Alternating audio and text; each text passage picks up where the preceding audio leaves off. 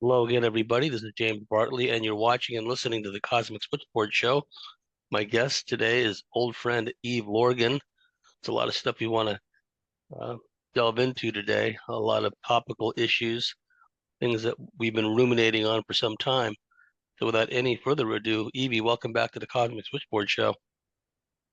Always a pleasure, James. And we could always talk freely about things. And some recent people send me things all the time about like reports of what's going on with some of the newer medical and scientific findings.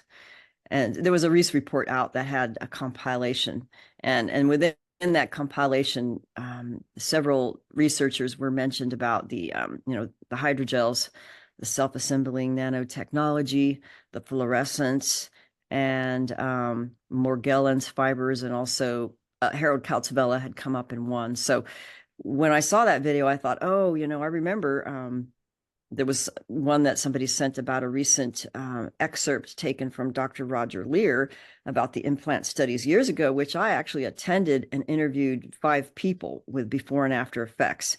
And I still have that article from probably 20 years ago now, where I actually reviewed some of the before and after effects, and also the articles that I had done early on with Derrel Sims and Roger Leir was the fluorescence findings of different body sites from post-abduction viewed with a UV light. And so seeing, oh, there was some similarities, what I saw, what was being reported with the more recent findings with the fluorescence being seen on the faces of people who've had the stabs and the incorporation of certain materials that might be I don't know, biogenerating naturally in the body, creating fluorescence basically on the face, the forehead, the nose, and they're calling it the eye of Horus, where even some of the eyes are emitting fluorescence, Oh, only with a UV light. But there were some interesting correlations that I don't think most people don't remember those studies. They're just looking at some of the newer findings, which I believe the self-assembling nanotechnology, the graphene, the carbon nanotubules is really something that has been done and worked on with abductees in my labs as test experimental people years ago. And so now we're seeing this in mass and really wondering, what is this about? What is it doing? What does it mean? And what can we do about it? So I just kind of went into a deep dive, and I haven't been able to do the article yet because I'm so busy, but I wanted to at least run some things by you with what you remembered in the past that actually Ted Rice had brought up in an interview on his Alien Talk show, as well as what was in Masquerade of Angels years ago. That has to do with a fluorescent substance. But that one was a little bit unique and different from what is being seen on the blood samples, live blood samples of people who had stabs or not, that is fluorescing with certain shapes that are self-assembling, unnatural shapes, as well as fluorescent vesicles where they're like lipid, I don't know what to call it. If it might be fluorescent lipid shapes where inside of those fluorescent vesicles inside the blood, there's something else going on, like a self-assembling kind of nanotechnology thing going on inside. So when I saw just that for and a I second, saw can you tell me what a vesicle is? oh, it's just like a bubble. Let's say inside of a cell, you will have vesicles that might have certain organelles. Oh, So it's just something that contains something inside something else, really. But the lipid nanoparticles could be considered a type of vesicle, where it's a lipid particle that has those properties. So I don't know what direction I want to go to, because I guess the first thing that I saw that triggered a memory from fluorescence studies was the image of a woman in a black light with the orange fluorescence on the forehead, the nose, and a little bit chin. So mostly the face. But years ago, there were fluorescent markings on abductees with certain, like a number, different colors and different types of markings. And I had done an article about that. But the ones that emitted the orange and the hot pink red region of the fluorescent spectrum with the UV light was with the hot pink, I believe it was, if someone had handled the alien human infant hybrids on their skin, their hands, their chin, their neck, that would show up like splotching, irregular splotching where those were handled. But there could have been other things like some kind of material that just kind of splashed on them.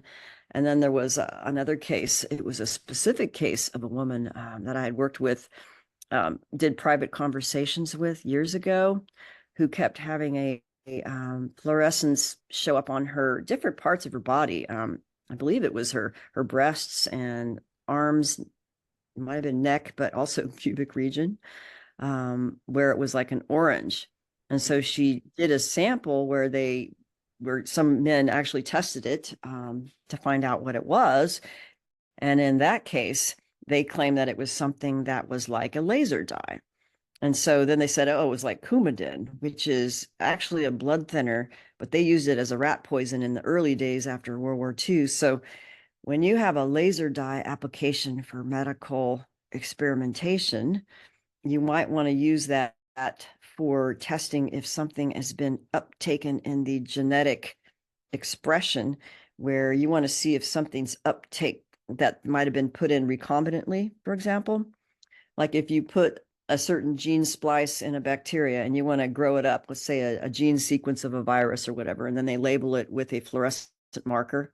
Then if the bacteria grows it up and they put it out on a gel and then they see the marks, then they'll see, oh, if it uptook it, they'll see maybe the fluorescence.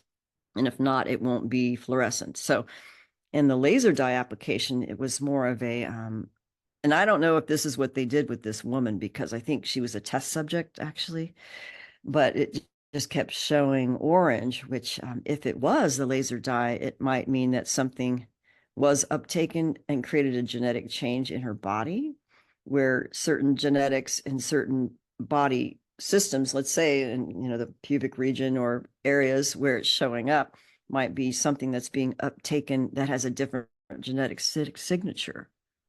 So I don't know if that's it or not, but that was something that was happened years, like 20 years ago. So, and this was an unusual case where she kept getting taken, and she was also in a neighborhood where they found out they were in a region where there was toxic dumping in the soil, and large companies wanted to keep it hidden. So I don't know if that had anything to do with some of these alien unusual fluorescence going on. But they're thinking it was luciferase. In one of the videos in the Reese report, they were thinking, I think, that the orange fluorescence might be an uptake of luciferase, which is it's actually a bioluminescent enzyme that's naturally occurring in the firefly. Okay, so if it uptakes, luciferase is the enzyme, and if it uptakes, I believe, ATP, or if ATP with luciferin phosphate will be luciferase, and that was what glows. So in something that uses it bioluminescently, it could appear naturally and just keep producing itself with what we produce naturally in our bodies. So I think the inference was made in the video that, oh, well, maybe people with this fluorescence on their face and their eyes, they're uptaking luciferase and they're now producing it like fireflies or something. But I don't know, because the fluorescence is actually orange in the, it's actually, fluorescence is when you hit it with a UV light, which is like the purple UV region. With fluorophores, I'm just going to be geeky out on you here now. With fluorophores, they're compounds that if you hit them with a certain spectrum of light, UV light, which is a specific range in nanometers, then it causes an excitation into a quantum state of that particular material to basically go in this quantum state, release energy, and then when it goes back to the emission state, you got excitation and emission state. And so the excitation is the UV light in the spectrum wavelength that it gets excited at, releases energy, and then it falls down to the physical state again in a different color. And so the emission wavelength would be the fluorescent color that it shows up when you hit a UV light on it. So that would be like the orange color that shows up after you hit it with the UV light. So I just wanted to distinguish the difference between naturally occurring bioluminescence, which wouldn't need a UV light, and then a fluorescent reaction or a chemiluminescent reaction. But either way, I think that these things are showing up in the blood, and that I believe that there's an energy transfer or some kind of metabolic process using energy, or it could be, just used as a marker. But I don't think they would do that. I don't think they would say, hey, let's do this to how many people in the population, and if it works, we'll just leave a marker like they do in medical studies. Well, they're not going to do that because they don't want us to know, right? So they're not going to leave an obvious marker. So whatever it is, it's happening for a reason, this fluorescence.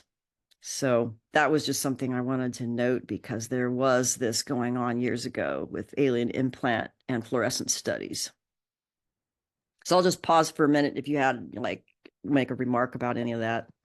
The parallel that I see, I think they've used the UV light as well on the points of the arm where people have gotten the stabs. And it clearly shows a fluorescence at the injection site, but also for some people, the subdermal fluorescence seems to have expanded, because using the UV light to scan other parts of the arm anatomy, you begin to see the fluorescence spreading, right? So clearly it wasn't either, it was meant to stay in one place, the injection mark, which I don't think that was the case. But what we're seeing is that at least in some cases, the fluorescence and whatever it represents is spreading to other regions of the body. So potentially, absolutely, it could wind up in the face and in the brain and wherever else. And the La Quinta team, credit to them, they've made the point that to them, this is some kind of an alien attack. And I would agree. Everything we're seeing on the surface is a manifestation of an all-out attack on the human race. And you have these silly surface level truthers, blue beam, blue beam. The invasion has been underway for centuries, if not millennia by now. They just waited till the population got to a certain size. Okay, now it's time to cull this herd, right? And so everything we're seeing, the mass migrant invasion of all these entity infested rapists coming in from every direction, that's not an accident. This nano warfare that's going on, that's not an accident. And then you look at what's being pumped into the minds of everyone, whether you have a TV or not. Just this hardcore Luciferian cultural Marxist propaganda, relentless. So I'm seeing it as a full spectrum attack.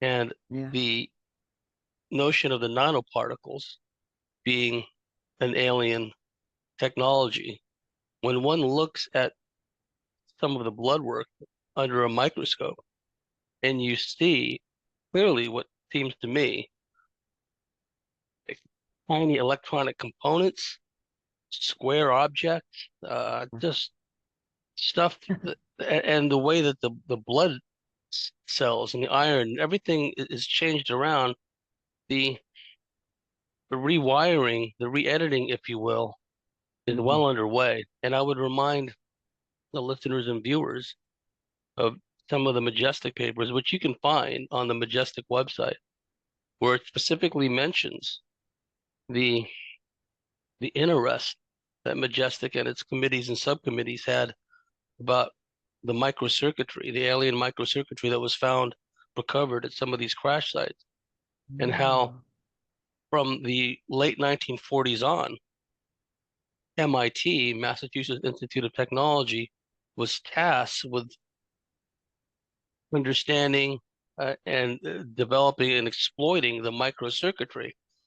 So we're talking since the late 1940s, MIT and probably other places, R&D centers and what have you, have been working with microcircuitry. Also in the Majestic papers, it specifically mentions the pharmaceutical application to the what they described as alien retroviruses the alien bodies being a fount, a wellspring, if you will, of all kinds of possibilities for the pharmaceutical industry as well as the the medical industry, industrial complex at large. So I find at any rate that there's a direct tie-in with what the people in Majestic and their committees had discovered, and at a very early point, what they had in mind to do with these discoveries. And it had everything to do with a population-wide en masse rollout of treatment, so-called, to essentially change people from the inside out. Now, there have already been significant changes down through the millennia, millions of years actually, of these alterations. I think John Leir used to talk about this in his discussions with Bob Lazar, that the Zeta Reticulians, at least one species of them, civilization of them, had made up to, by that time, by the time Lazar got a hold of those reports, something like 38 or more genetic alterations and corrections of the human species, whether we can regard them as upgrades or downgrades, whatever the case may be. I mean, if you look at it from a biblical perspective and you look at the lengthy lifespans that a lot of the patriarchs of the old days had, right? And suddenly the telomeres are cut off and we're living shorter, uh, health malady plagued lives nowadays, right? So, and that also the truncating of the lifespans will also facilitate the recycling process also when you think about it, right? Because even the most dim-witted person, if they live for 600 or 700 years, the coin would start to drop at some point that something is wrong, right? You know what I mean? Something's wrong. Something is wrong. So I'm really glad, and kudos to the La Quinta team pointing out that this is an alien act that's going on. And some of the other people that have studied the baneful effects of these treatments, so-called, and have even gone back and looked at all the patents and everything prior to the rollout. And this was 20, 30 plus years in the making, what happened in the last few years. Even though some of them take a more, I would say, biblical perspective or a fundamentalist perspective, and think of it as like demonic technology or something. There's that ready-made schism between people that know that there are real beings coming here from throughout the cosmos, and those who insist on labeling all aliens as being demons, which means they haven't even studied the origins and the etymological roots of the word demon and where it came from.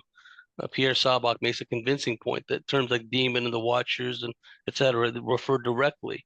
The Shining Ones, for example, they refer directly to not only alien beings but to reptilian beings in particular. Right? It's embedded in the language.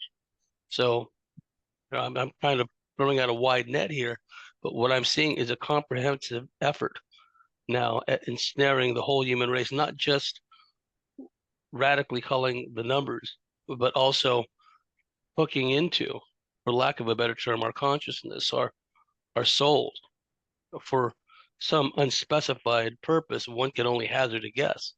So kudos to the La Quinta team, and kudos to the point I was going to make about those with a more biblical perspective. Even they're saying that there's a non-human element behind this. They may coach it in kind of demonic terms or fundamentalist terms, but at least they've gotten to that point where this is not just humans doing this to other humans. This is something that's completely non-human in origin. And I track it back at least as far back as the Majestic 12 findings and what they wanted to do with this technology and biowarfare and utilizing the pharmaceutical industry from the very beginning, figured prominently in their white papers. Wow. Yeah. Well, I know the implant studies that Dr. Roger Leir did and others who are working with him. Though one of the things that they found in terms of what are these implants made of, and one of the first ones was something that was found in someone's toe, and it had so it was found on an X-ray, and it had iron but iron that was considered meteoric in origin, that had many different components that's not natural to our world. So that was one thing that was unusual. And then another thing was it had a higher concentration of iridium. I guess it's an isotope, which is not natural for our world, which suggests that these were created from components not of this world, or certainly not made here. And the other thing was the carbon nanotubules that were found were known to have the radio frequency emission signature. But even Dr. Roger Leir thought that he also mentioned the thing about the orthorhombic structures, and they might be, if you removed an implant or broke it, it would self-assemble back, which is a lot like the self-assembling stuff. And then the irregular orthorhombic and rectangular and irregular shapes, that's also similar to what was found in the implant studies. And so I told you that I went back to read some of the early interviews that I did with people before and after, because at least with the 5 people that I interviewed, one of them was the one with the implant in the toe that was the meteoric in origin, where that particular implant was covered, what do you call it, encased by a type of cocoon of biological material of 2 different types of dendrites or nervous system tissue. And then it actually fluoresced a little bit when you put a UV light on it. And that it was unusual because the body did not have the natural rejection response to the implant. And it was also connected to the nervous system, so that I think if it was removed, or they would feel pain. So in the implant studies, there was one that was like the meteoric one found on an x-ray in the toe. And another one was like a glass-like shard that was triangular. And that was Leisha Davidson, by the way. And 2 women who had a biological type that wasn't found on an x-ray, but it was on the lower, I think, lateral portion of the leg. And then another one was a guy, it was in the jaw. But the 2 that were found in the leg that were the biological type, both those women, after they had it removed, within 6 to 8 months, they both experienced a lot of pain and redness and swelling at the excision site where the implant was. But within a month of that surgery, at least one woman, I think both of them had, they felt better, a sense of peace. She didn't feel as depressed. And then she went through this, actually was discomfort where a certain health condition returned, a strong diuretic effect, like some kind of detoxification was going on in her body. But then after that process, she had like a amnesiac abduction memory come up where she was able to process it, as well as I think a precognitive thing where it came true. So, and the other woman, it was like a precognitive event or perception came up where it happened. So both of them had the same thing with it turned red and shooting pains down the leg within 6 to 8 months after it was removed. So, but I think they came and put one back in, I think in both of them. But what was significant was several of the people who, after their implant surgeries, they felt either a sense of peace, relief, or they felt clearer and less depressed and had more memories come back. So that makes me think that at least in some of the applications, I mean, they would want to stifle our awareness of what they're trying to do, which is to remember what happened and to connect with, I think, our eternal spirit, which is going to tell us the truth if that's what we want to align with. And so that's the implants help dampen that will of the eternal spirit and our awareness.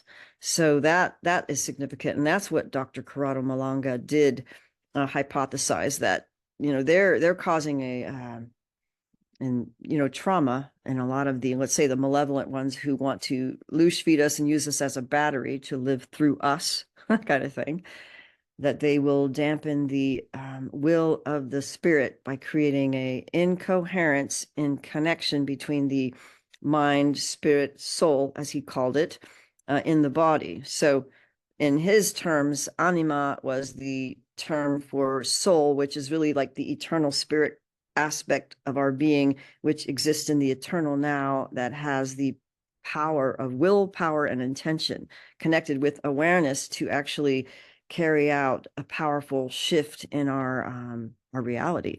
But it's not always under our will, but it can be connected with where when we make an agreement with our eternal spirit to connect with the spirit of truth, to like not be used as batteries, then oftentimes the spirit will be on board to do something. We'll just, blast the aliens with like fire, with light, just blocking their access. And so that experience would be a progressive healing and reintegration of any kind of traumas, where then the coherence can take place with integration. But my concerns has always been what we've observed in the for a long time.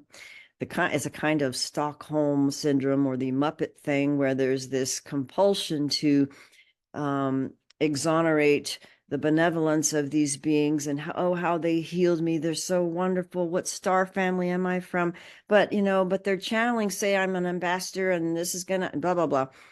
But really what that is, it's a type of fawn response, which is a complex trauma thing that happens if we have a lot of trauma and it's one of our survival mechanisms. Well, I think they could choose, well, let's say this person's good for a fawn response. Let's just tweak it a little bit. We're going to have Stockholm syndrome.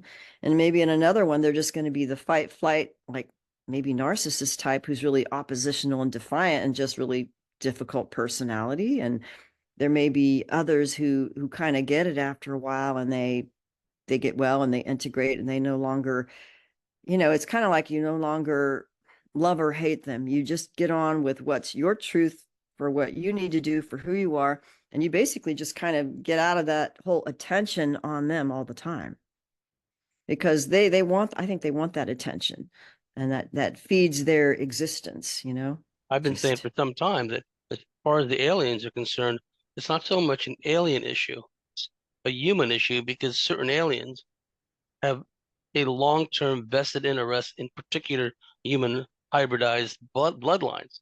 So, we're a significant part of that equation. But this need to give away one's power into some form of like cosmic collective, like a form of cosmic communism, it's like, oh, the Space Brothers. And if you'll notice, a lot of the conferences out there, right, which I wouldn't go anywhere near, just for matters of self-respect and integrity, you will still find hordes of these types of people that are just singing the praises of the Space Brothers. And you have other people, limited hangout types, frauds that latched on to Rendlesham Forest, who tend to be big shots from the Ministry of Defense, et cetera, et cetera.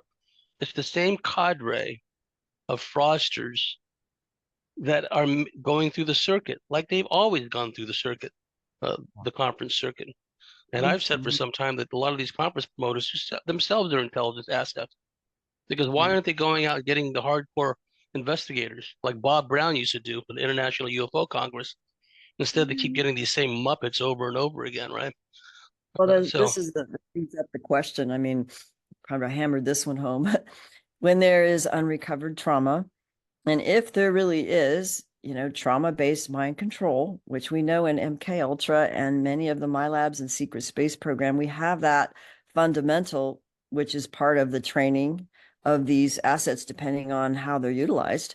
But a lot of times they come from ritual abuse families or dynamics, which will create the same kind of splitting traumas early enough to then just go ahead and then have them uptaken by these agencies who want to use them because they're already pre-split.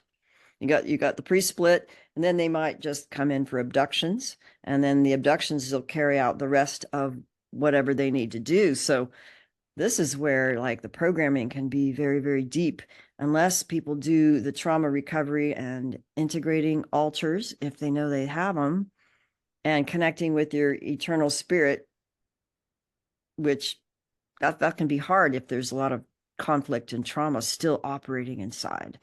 So I think that happens, that the programs take over, and the propensity towards avoidance of the discomfort of the emotional conflicts that create the splits. So it's always like uncomfortable. So this is why I'm talking therapy stuff now. Pete Walker's complex trauma, or CPTSD, or complex post-traumatic stress disorder, is something that is really a type of trauma which happens what we call pervasively in developmental stages, which means 0 to 6 years old, you're going to have so much trauma that you're going to have a personality structure that's overlaid as a survival strategy to be fight, flight, freeze, fawn, or any of like a hybrid between fight, flight, or fight, freeze, or it's usually not fight, freeze, but it's usually freeze, fawn, or flight fawn, which is like the codependent type that enables predators, or might be the more empathic one, that sometimes they want to see so much good and want to create harmony and peace that they overlook the predators. Yes. And they may be in relationships where they're enabling a predator or a narcissist or a pedophile or an alcoholic or whatever. So these personality structures are actually like an overlay over our original self that had to survive, and that was a survival strategy. So it's also dissociative depending on how severe. So it can be like dissociative identity disorder or a full-blown personality disorder, but these things are uncomfortable to deal with. Whenever you get close to those things, it's so uncomfortable. People just want to deviate away from it and focus on the narrative that it's the bypass, right? So the bypass is the program, right? So their that's what's focus shifts on instead of what's going on around them.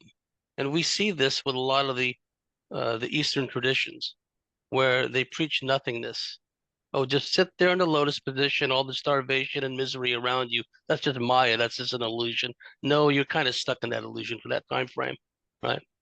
And we see that sort of ascension seeking, not attention seeking, but that's a part of it too. But the ascension seeking that we see yes, from a lot of the New Agers who yeah, studiously avoided anything of a negative nature, who would ridicule you and belittle you, completely at variance with the whole love and light message, right?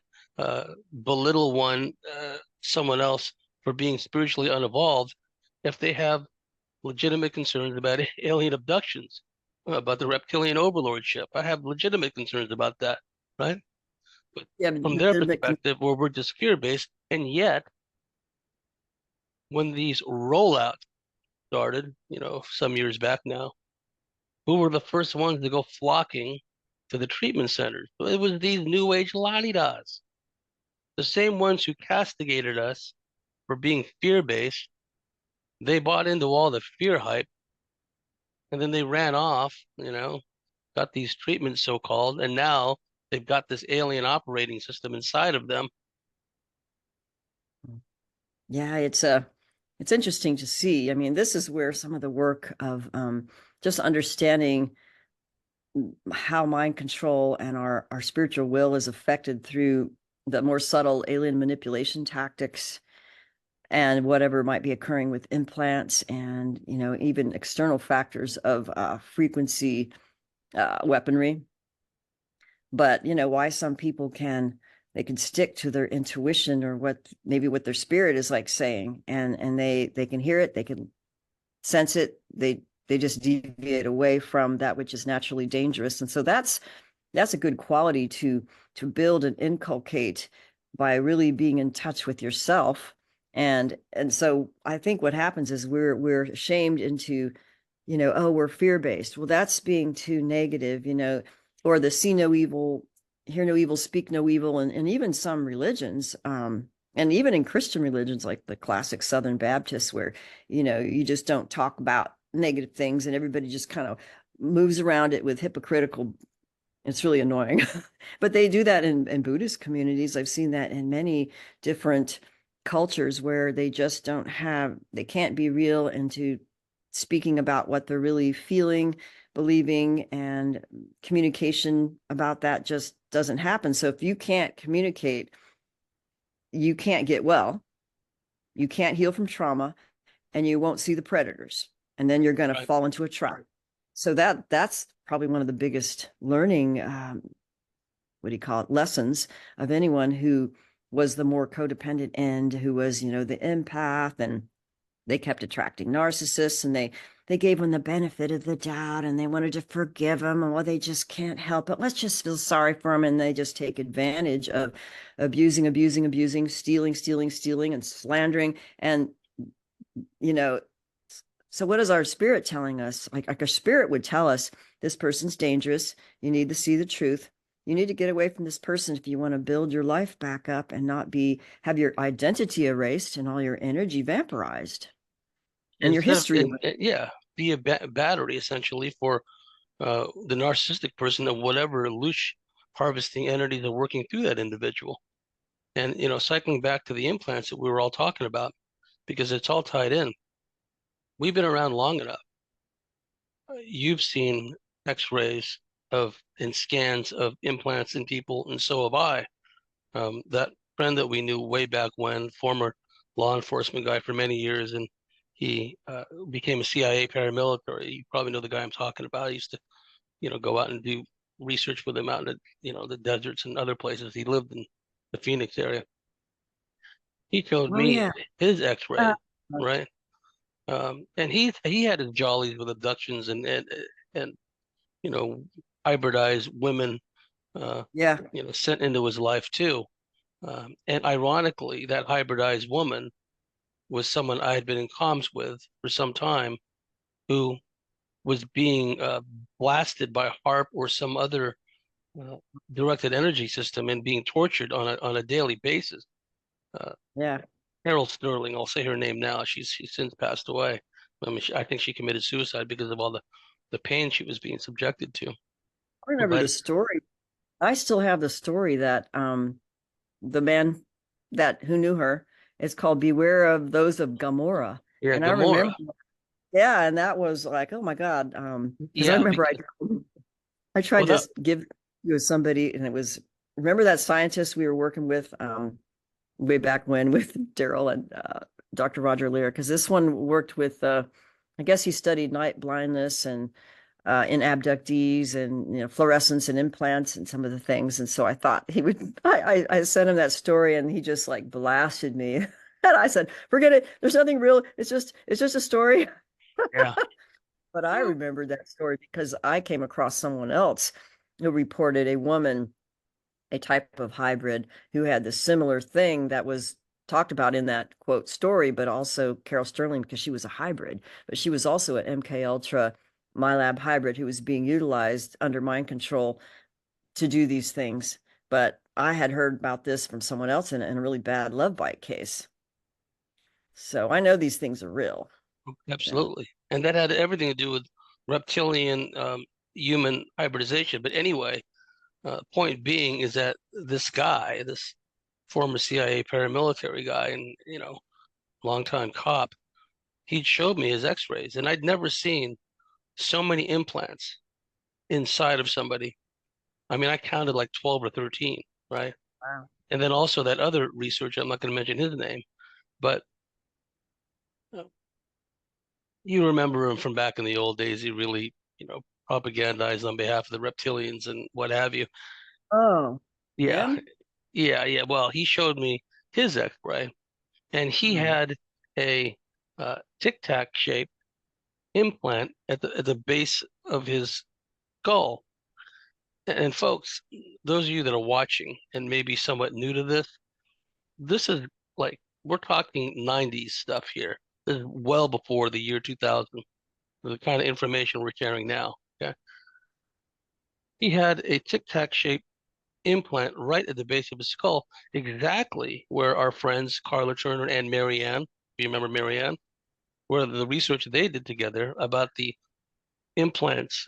And Carla mentioned this in her book Masquerade of Angels and in her lectures the last time that she went on the lecture circuit when we brought her to San Diego, if you remember, how the implant was being placed right there at the base of the skull, right atop the reticular activating system, which runs essentially the autonomous systems of Yes. the body, respiration, heart rate.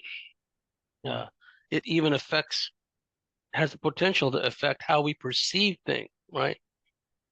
Because Wow. it's being plugged right in that nerve bundle at the base of the skull. And it's important. Carla used to always say, Candy used to always say, we cannot take anything that we see and perceive and feel when we're essentially in alien custody, when we're being abducted. We cannot take it at face value, especially in light of that rollout. We became aware, Carla, Marianne, and others became aware of the rollout of that particular implant at the base of the skull. We started seeing that late 80s, early 90s. Okay? Started showing up in scans. And that was around the same time frame that the guy I mentioned, he showed me the scan. It was the base of his skull. And, he was himself, born out of a CIA family, reptilian experiences, MyLab experiences, the whole 9 yards, right? So, point being, folks, is what we're seeing with the mass rollout the last few years, they had to do that on someone or some demographic or group first. And our belief, I'm satisfied, especially based on some of the majestic papers that I've read, I have no reason to doubt their authenticity, that ready-made test subjects were all these alien abductees in my labs, thousands of them over the years that had been utilized in these black, essentially pharmaceutical programs for many years. And they decided to do a mass rollout, probably based on some of the findings they had doing this stuff on us. And the implants are in strategic places throughout the body. You remember that little case that Derrel used to walk around with it to show the different implants, different shapes and sizes. And one of the findings was, you talked about it earlier, certain types of coverings, if you will, were put around the implant in order to prevent the body from rejecting these implants. And another point that needs to be emphasized is some of these abductees that were implanted, they were consciously aware or came up under regression where the implants were put in. They remember either consciously or under regression where they were put in. Scans were done, and sure enough, there were implants there, right? A lot of us, myself included, had the BB-shaped implant shoved up our left nostril, up behind. That was very common in the old days. We get left as kids, after they get you. Absolute nosebleed time, right? And I was one of those kids. I was laying there. This would have been 74 time frame, San Jose, California, and just immobilized, laying in bed, and a very cold, long metal probe shoved up my nose all the way up. I heard, felt, and perceived a popping sensation, and my head seemed to explode, and then I blacked out. And then the following morning, there was blood all over my pillow, right? And I had a lot of nosebleeds back in those days. Like the tests they were doing? Like when I saw how they were doing the tests before the virus or whatever, the China virus or whatever, and then when they test you with sticking that crap up your nose. I mean, if that didn't remind you of like what they're doing in alien implants, I mean, I think that that's what I thought of. And they call it the test, they're using an acronym to describe vermin, a varmint, a rodent, right? Oh, here, have your rodent test, right?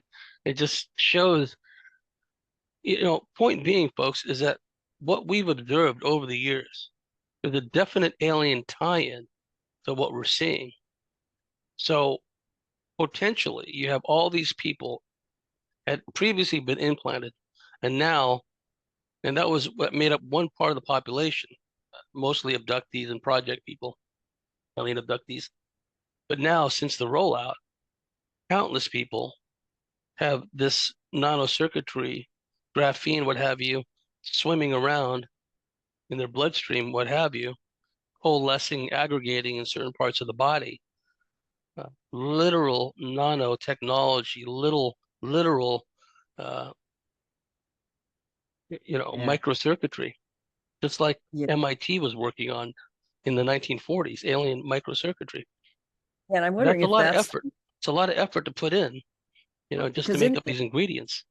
trying to think of, what's happening that went back to the early implant materials and some of the ideas that Dr. Roger Leir had and many others, where they think, okay, with these structures, especially the carbon nanotubules, it can emit radio waves, but it can also be radio and something else, possibly scalar, which would be a read and write type of communication system that could, control the consciousness or Yeah. read the consciousness.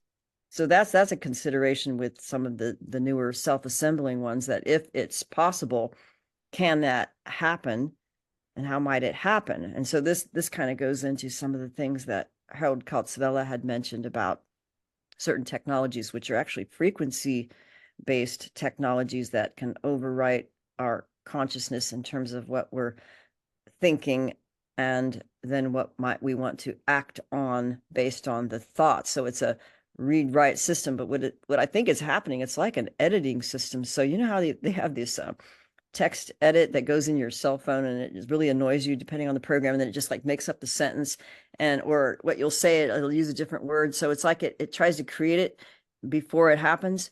So I think they're doing like a thought editing type of write over after they read, to make you think you're thinking the thought, and pretty soon you're on their program, which Yeah. is the 70% that seem to be easily controlled that way, which this is what Harold Kaltzvela said, and it was something that was done covertly since 2014. And then I already mentioned this before, but the ones who could not be controlled, who were the divergent ones, the outliers, then they would gang stalk them to The try to maze runners.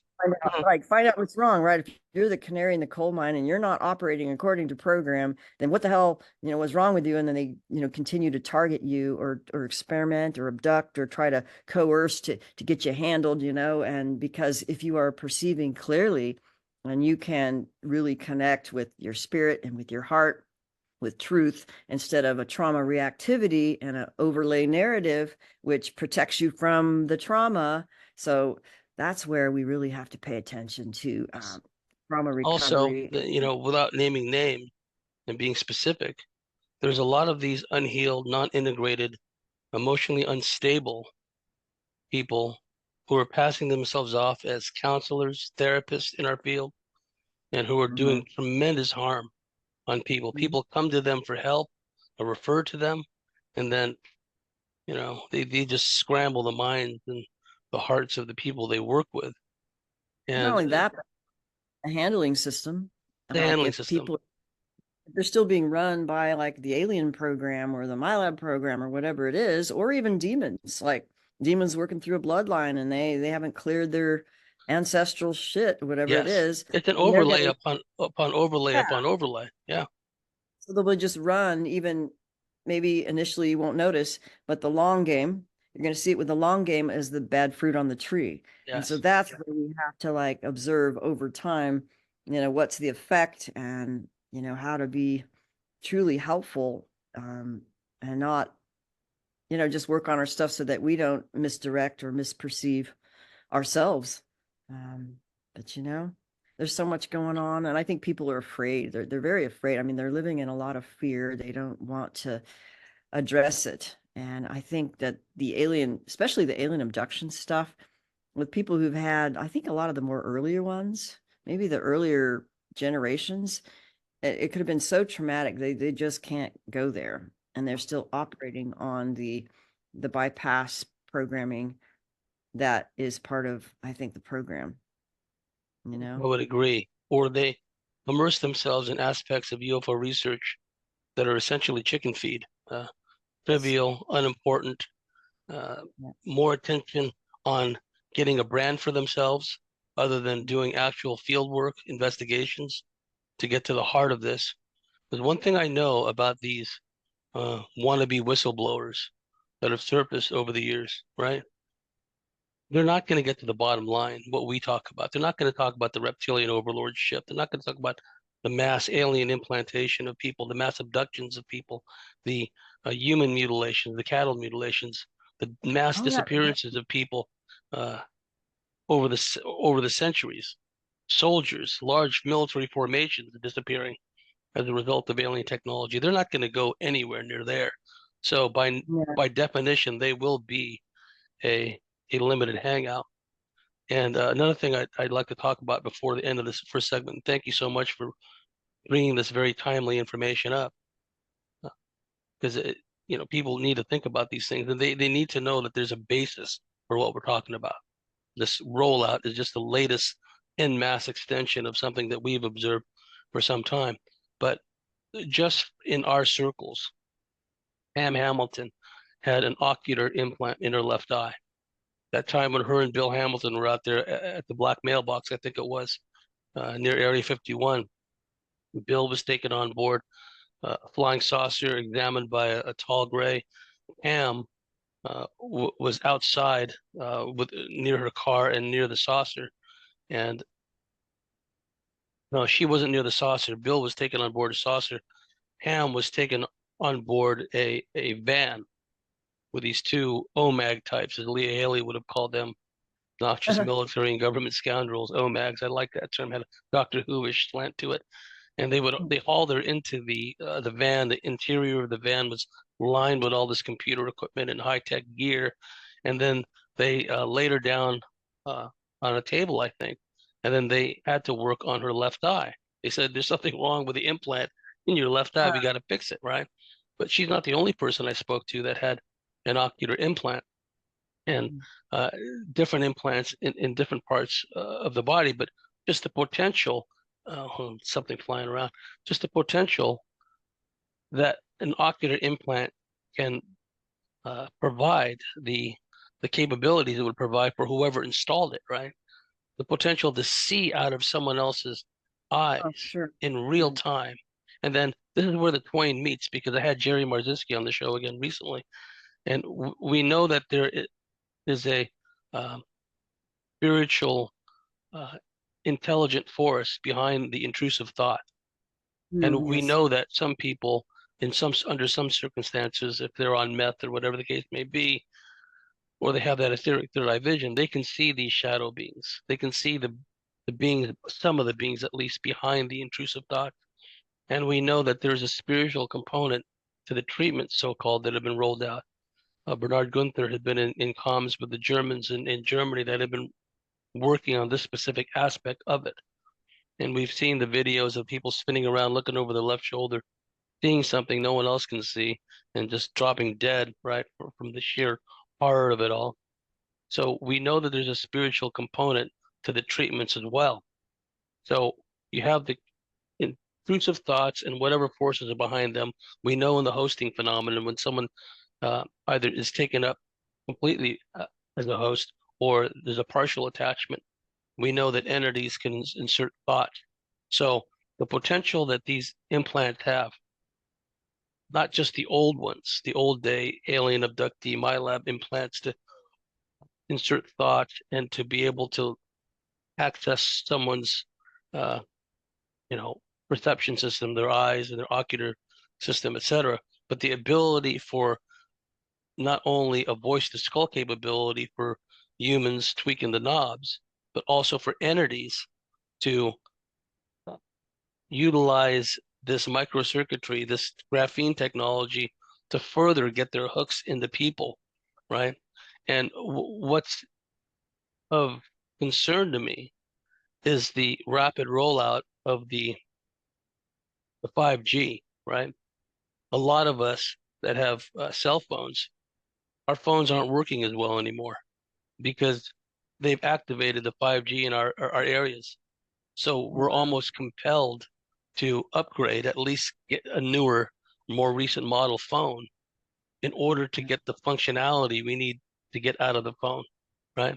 These black kind of, scrying devices that they got everyone addicted to, which itself, the whole digital device era, the cell phone era, that in itself is an outgrowth, I'm convinced, of the alien technology that had been recovered or obtained somehow over these last decades, that somehow they've been able to take that technology, microcircuitry, these cell phones we have that has more computing power than the code breaking machines they were using, in the 1940s and the 1950s, right?